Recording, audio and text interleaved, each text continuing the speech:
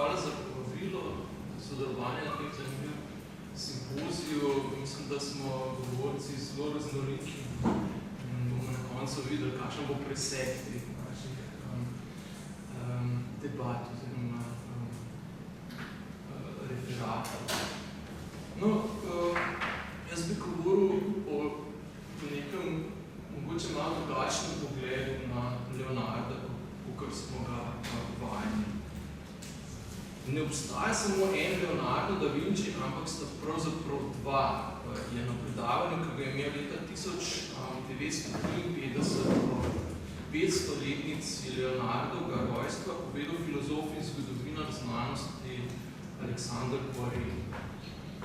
Pravi, da na eni strani imamo genialnega renesančnega umetnika in inženirja, ki nam je zapustil veliko čudovitih umetnin in pa izumov.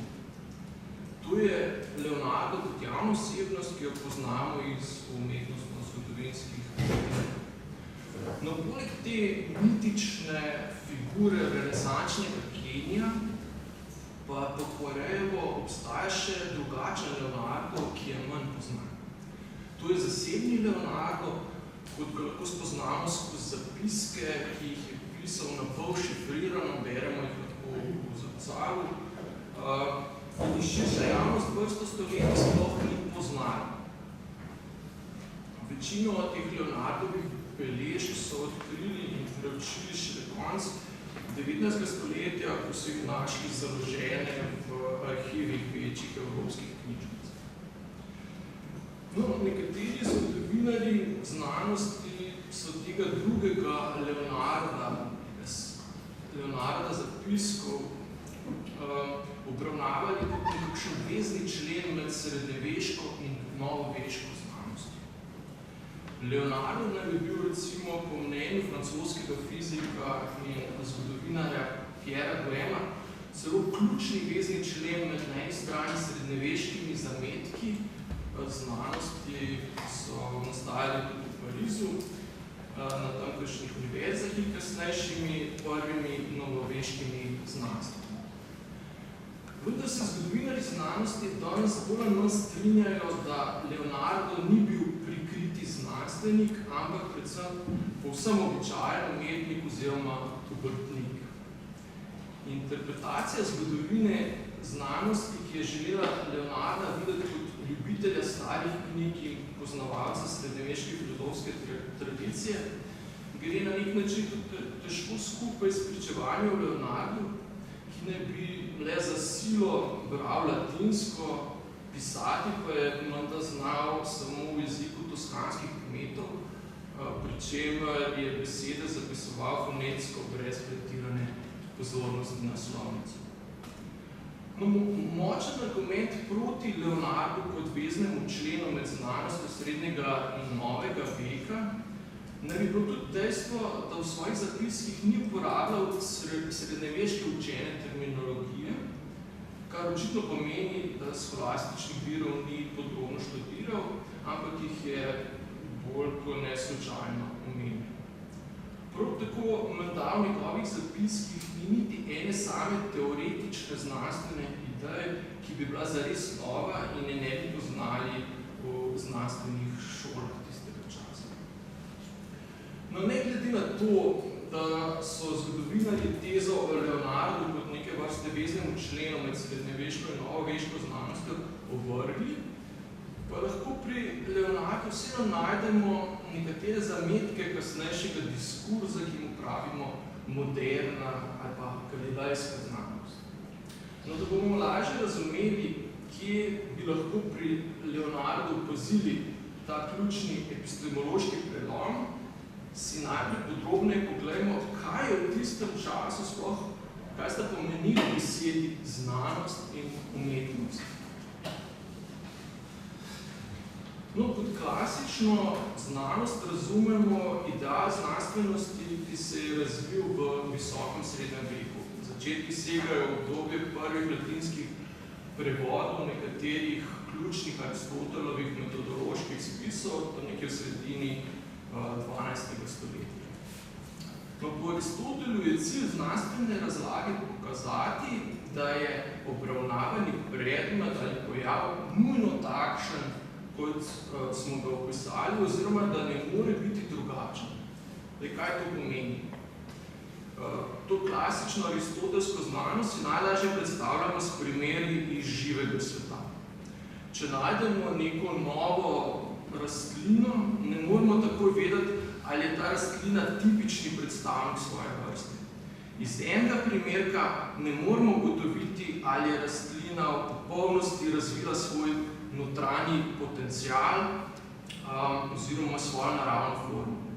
To lahko ugotovimo šele, če primerjamo več posameznih rastlin iste vrste in iz vse skupaj določimo, kaj je dejansko bistvena lastnost vrste.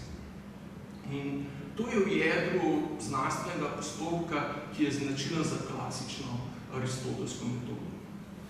Znanstveno pojasniti posamezno dejstvo pomeni pokazati, da je konkretna lastnost predmeta nujna lastnost skupine, ki predmet pripada. Da se razlaga lahko šteje za znanstveno, moramo najprej definirati bistvo obravnavane skupine predmetov oziroma vrste in pokazati, da je konkretna lastnost za skupino bistvena in nekako sledi iz njene definicije. Naravo stvari po Aristotelju predstavlja njeno notranje bistvo, njen notranji vir in gibalo spreminjanja, umetno ustvarjeni predmet pa je po definiciji tisto, čemur sta gibanje in forma vsiljena od zunaj. V naravi semen, recimo, da se razvije v drevo, vendar ni v naravi drevesa, da postane miza ali pa kip. Proces, ki pripelje od semena k drevesu, je posledica notranje težnje v samem semenu. Temu pravi Aristotel narava predmeta oziroma bistvo. Medtem ko je vzrok pretvorbe drevesa v mizo zunanji. Forma mize je lesu vsiljena od zunaj in temu Aristotel pravi tehnika obrtomernosti. In prav razlikovanje v lokaciji je umestitve vzroka spreminjanja glede na samo stvar zunaj ali pa znotraj, je bistvena za klasično znanost. Če je vzrok notranji, stvar realizira svoje notranje bistvo, če pa je vzrok zunanji, se stvar prilagaja zunanji formi in ne realizira svojega notranjega bistva.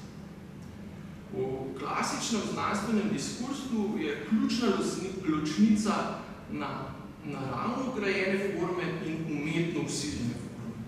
Znanost razkriva naravne forme, medtem ko tehnika in umetnost vsiljujeta predmetom forme, ki niso njihove naravne. Tehnika in umetnost se tako po svojem bistvu jasno ločita od takrat razumljene znanosti. In tudi po družbeni hierarhiji sta bili takrat bistveno nižji. Predmet znanosti so tako samo naravni predmeti, samo ti izražajo svojo primarno formo. Umetno proizvedeni predmeti izražajo od zunaj vsiljeno formo, zato preko spoznanja te vsiljene forme ne moramo sklepati na njihovo naravo, lahko pa jih ocenjujemo glede na služnost oziroma kvaliteto sledenja te od zunaj vsiljeni formi.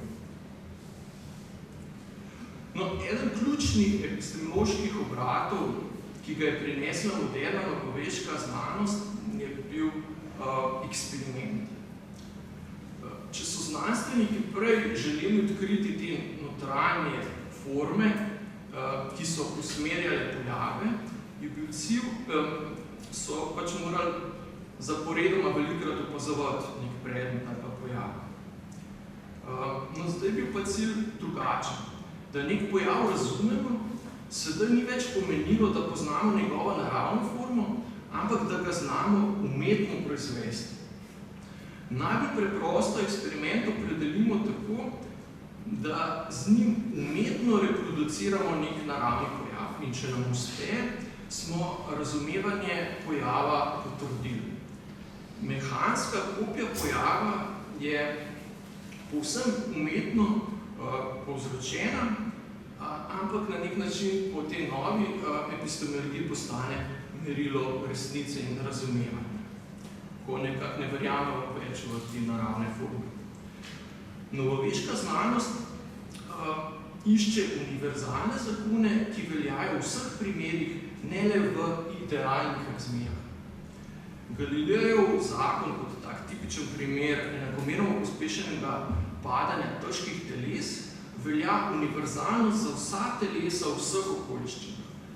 Zato lahko znanstvenik pri eksperimentu ustvari tudi povsem nenaravne razmere glede na prejšnji horizont razumevanja znanosti, ampak to ne bo omajalo njegovih rezultatov. Ključno je, da poskuša čim bolj jasno prikazati zakonitost, ki velja univerzalno. Nekateri za to novoveško eksperimentalno metodo zanjo pravijo tudi, da naravo zaslišuje z mučenjem. Eksperiment neke vrste mučenja narave. No, ampak kje se zdaj v tem povedanem, kam se umešča tukaj Leonardo? No, v obdobju renesanse se je pojavilo veliko prevodov starih besedil, ki so obravnavali tehniške veščine, kot so recimo gradbeništvo, vojskovanje in meteorologija. Z iznajdbo tiska pa je postalo to znanje tudi vsem lažje dostopno. In vse bolj pomemben je postajal nov tip vednosti, ki ni bil več vezan na inštitucijo takratne univerze, kjer so delovali znanstveniki. Inženirji in umetniki so postali cenjeni, njihov ugled na družbeni lestvici pa je zrasel. Še zmeraj pa je veljalo, da so znanstveniki, filozofi tisti, ki stvari razumejo, obrtniki pa znajo predmete samo narediti. Leonardo je bil tukaj, moramo priznati, nesporno del tradicije inženirjev in umetnikov, ki niso spadali med ta višji sloj učenjakov. No, ena izmed pomembnejših Leonardovih inovacij pa je bila, da je v sam proces nastajanja slike že vključil tudi opazovalca. Slika zanj ni bila več preprosto čim boljše ogledalo narave, ampak je upoštevala specifičnosti človeške zaznave in dojemanja sveta. Po Leonardovih načelih umetnik ne vsili več forme na platno ali v kip, ampak poskuša ustvariti vir čutnega izkustva, ki v opazovalcu vzbudi želeno formo. In Leonardov ključni epistemološki prelom je tako v prenosu poudarka od sledenja predmetom samim ustvarjanju videza predmeta. In rdeča nit Leonardove razprave o slikarstvu so prav praktični nasveti, kako ustvariti prepričljiv videz slike ali pa kipa. Leonardo opozarja celo, da je preveliko znanje o zgradbi predmetov lahko celo moteče. V 122. pravilu tako pravi: o slikar anatom, le glej, da te preveliko znanje o kosteh, kitah in mišicah ne naredi togega, kadar želiš, da bi tvoji akti kazali vsa svoja čustva. Cilj Leonardovega razumevanja umetnosti je bil ustvarjanje videza, ki deluje čim bolj naturalistično. Cilj slikarstva zanj ni več v kopiranju sveta, ampak v ustvarjanju videza, ki našim čutom priredi čim bolj realistični vtis sveta. Leonardov kopernikanski obrat na področju slikarstva verjetno najbolj ponazori njegovo verjetno najpomembnejše odkritje na področju slikarske tehnike. To je tako imenovana tehnika skomato ali pa zameglitev. Bistvo te tehnike je, da umetnik formo slaže in pusti opazovalcu, da jo sam miselno dopolni. Tako se opazovalcu zdi, da je naslikani predmet bolj realističen kot v primeru, da je vsa forma eksplicitno narisana. Slikar formo namenoma zamegli, tako da si opazovalec sam ustvari miselno podobo predmeta, ki je narisan zamegljen. In tu se tudi skriva razlaga skrivnostnega nasmeška Mona Lise kot najslavnejše Leonardove slike. Ta razvpita slika, ki je vrsto let visela tudi v Napoleonovi spalnici, je slavna predvsem zaradi skrivnostnega nasmeška, ki vsakič, ko jo pogledamo, pove nekaj drugega. In čem je skrivnost? Leonardo je nasmeh portretiranke malenkost zamegljiv. Ni ga naslikal jasno in razločno, ampak ga je le nakazal, ne pa povsem dodelal. In to namenoma. Gledalec v pogledu na sliko tako sami iz čutnih odtisov, ki jih dobi slike, sestavi miselno podobo. Ta slika pa se zdi dosti bolj realistična, kot če bi Leonardo povsem natančno izrisal vsak delec nasmeha. Med renesančnimi teoretiki in praktiki se je o problemu posnemanja razvnela tudi zanimiva razprava. Vprašanje, ki je mučilo predvsem humanistično tradicijo učenjakov, o tem pa je pisal morda tudi Cicero, se je glasilo, ali je boljše pri ustvarjanju posnemati več virov in iz njih izluščiti vsem skupni ideal, ali bolje slediti enemu samemu konkretnemu dobremu viru. In kot iztočnica te razprave je bila zelo popularna zgodba o grškem slikarju Zeuxisu, ki je dobil nalogo, da poslika tempelj na otoku Krotonu. Zeuxis je za upodobitev v templju izbral sliko trojanske Helene. Ker pa je bil Kroton znan po lepih dekletih, se je odločil, da za model ne bo vzel ene same najlepše otočanke, ampak več deklet, pri katerih bo kot model uporabil samo njihove najlepše dele telesa. Slika Helene bo tako lepša kot katerakoli posamezna lepotica na otoku. Zeuxis je tako ustvaril nekaj, kar narava ni zmogla. Ustvaril je popolnejšo sliko, kot je katerikoli bil takrat obstoječi predmet v naravi. No, z Leonardovim obratom postanejo takšne debate o naravnih idealih brezpredmetne. Po Leonardu bistvo slikarske ali pa kiparske tehnike ni več o tem, kako čim bolj verno ustvariti bistvo prikazanega predmeta, ampak kako v očeh konkretnega opazovalca ustvariti čim boljši vtis, da gre prav za ta predmet. Umetnik tako lahko tudi publiko zavestno zavaja, če zaradi tega na koncu pri gledalcih proizvede bolj prepričljiv vtis. No, Leonardovo slikarstvo priča o novem pristopu, kjer je ključno ustvarjanje videza v čutni zaznavi konkretnih ljudi. In Leonardov vertikalski obrat je prav v tem, da je v sam proces nastajanja slike že vključil tudi opazovalca. Slika oziroma kip ni preprosto čim boljše ogledalo narave, ampak upošteva specifičnosti človeške zaznave čutnih vtisov in njihove interpretacije. Leonardova iznajdba pomeni, da umetnik ne vsili forme na platno ali po kip, ampak poskuša na platnu ali v kipu ustvariti vir čutnega izkustva, ki v opazovalcu vzbudi želeno formo.